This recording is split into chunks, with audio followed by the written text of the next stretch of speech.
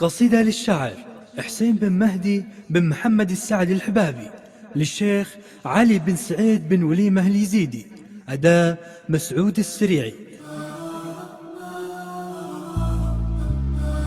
يا أهل المجالس والدلال الصفر وبيوت الشعر والموقف المحمود وأهل المعركة وأبطالها، صدر الحباب باقي عاده بأول سنين العمر وسنين وقته ضامته بقفاياها وقبالها. أجر صوتي والقصيد يداوي يجرح الصدر، لو كان ماني يحمل شيلتها ولا موالها. غنيت والهجوس يشكي ليلة راحت سهر، والصبح بان وغابت نجوم السماء وهلالها. قمت اتوضا واطلب المعبود خلاق البشر، يهون هموم على قلب الشقي من زالها. وذكرت شيخ وقفته في سر ولا في جهر، تغنيك عن كل الامور ودقاقها وجلالها. يزيد نسمع على غيره من الناس اشتهر، لا ثقلة حمول على متن الرجال اشتالها.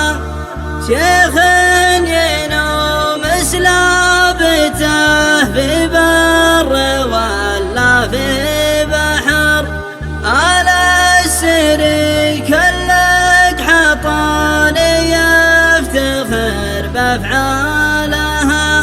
مدت يمينه تغني المحتاج وذل الفقير، وتعلم الشاعر ينقي من البيوت اجزالها.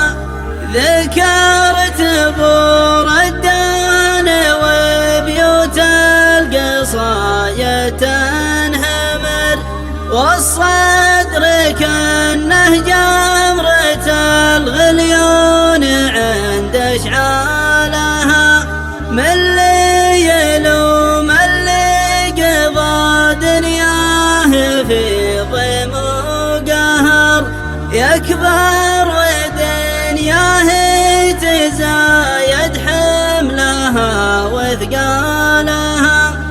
أبوه متوفي ولا زاد الحمل قصبه، وأمه مريضة والله اللي عالم بأحوالها. جار الزمان واخوانها اللي في الزمان محزن ظفر، تشتت والحمل زاد وحالته يرثالها. الأول اللي جاب ثار أخوه من عز وسطر، جلا وصار اثنين والدنيا هذا هو حالها. والثالث اللي من وراء القضبان في رجوى الأمور،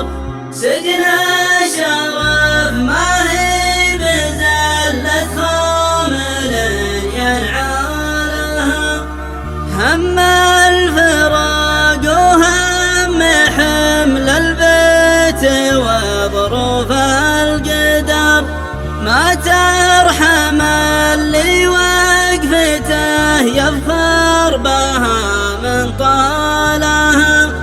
صبرت لك ذا الشهر ما هو مثل ذاك الشهر، كثر الديون لين عفت أصنافها واشكالها.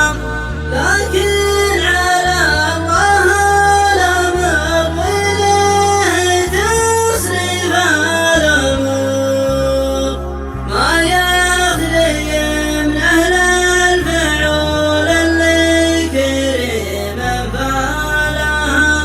مثلك يا أبو ردان يا شيخ على العليا ظهر، قصيدتي جاتك وهذه غترتي وعقالها.